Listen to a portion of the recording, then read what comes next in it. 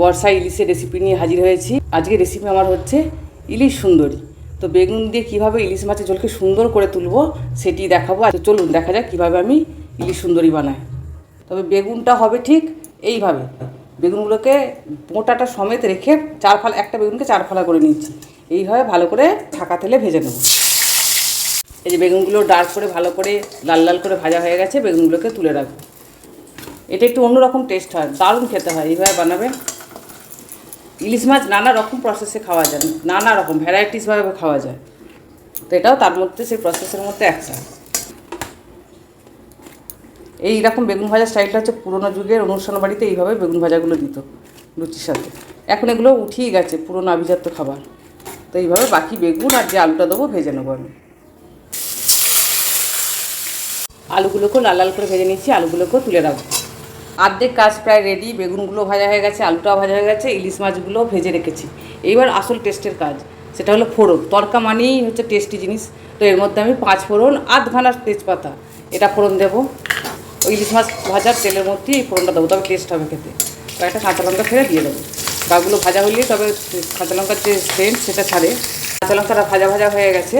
তো এরপর এর মধ্যে দেবো হলুদ, লঙ্কা, নুন। এটাই তেলের মধ্যে দিয়ে দেবো। এটা একটু ভাজা হলে এটা হালকা করে ভাজবো, আঁচটা কমিয়ে, তবে রঙটা খুব সুন্দর হয় এইভাবে করলে। ওটা যেহেতু ভাজা হয়ে গেল, এবার এর মধ্যে দেবো কাঁচা লঙ্কার সর্ষে বাটা।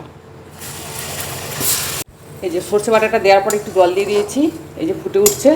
এখানে আর কষানোর কোনো ব্যাপার নেই। আর এর মধ্যে দুটো মিষ্টির জন্য বাতাসা অ্যাড করে দেবো। কেউ চিনি চাইলে চিনি দিতে পারেন। যেটুকু জল, খুব বেশি জলের প্রয়োজন নেই, এরকম 2 বাটি জল দিয়ে দেবো।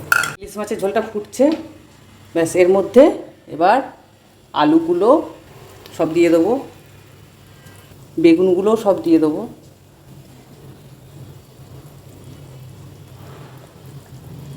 বেগুনকে এইভাবে সুন্দর করে কেটে সুন্দর করে ভেজে ইলিশ মাছ করলে ইলিশ মাছ আরও টেস্ট আরও সুন্দর হয়ে ওঠে। এই বেগুনগুলো পুরো ইলিশ মাছের টেস্টি হয়ে যায়, এত সুন্দর লাগে। মাছটাকেও এখন দিয়ে দেবো। সবই যেহেতু ভাজা আছে, বেশি সময় লাগবে না। মাছগুলো ওপর দিয়ে একে একে সাজিয়ে দেবো, দিয়ে আঁচটাকে কমিয়ে চাপা দিলে আমার রেডি হয়ে যাবে। এবার ধিমি আছে 10 মিনিট হতে দেবো, তাহলেই রেডি হয়ে যাবে। এই যে 10 মিনিট পরে ঢাকা খুললাম, পুরো আমার রেডি হয়ে গেছে। এবার গ্যাসটা অফ করে দেবো। টেস্টটা আরও বেশি হওয়ার জন্যে একটু লেবু রস দিয়ে দেবো।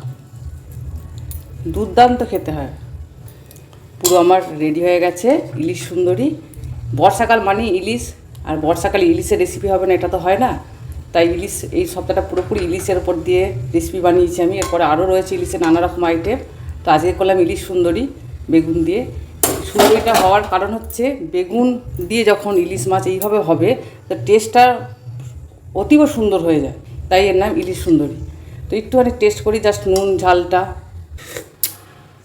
দুর্দান্ত হয়েছে, ব্যাপক হয়েছে, এত সুন্দর খেতে হয়েছে, না বানিয়ে খেলে বুঝতে পারবেন না। এই রকম রেসিপি দারুণ লাগে, গরম ভাতে তো একবার ফাটাফাটি জমে যাবে। দুর্দান্ত রেসিপি আমার রেডি হয়ে গেছে। গরম গরম ভাতে এবার সার্ভের পালা। গরম ভাতে জমিয়ে খাবার রেসিপি রেডি। এই যে গরম গরম আমার বেগুন দিয়ে ইলিশ সুন্দরী। এটা হলে আর কিছু চাই না ভাতের সাথে। বাঙালি মানি মাছে ভাতে বাঙালি। এত সুন্দর টেস্টি ইলিশ মাছের ঝোল, তার সাথে আবার বেগুন আছে, আলু আছে, আর তো কিছু লাগবেই না।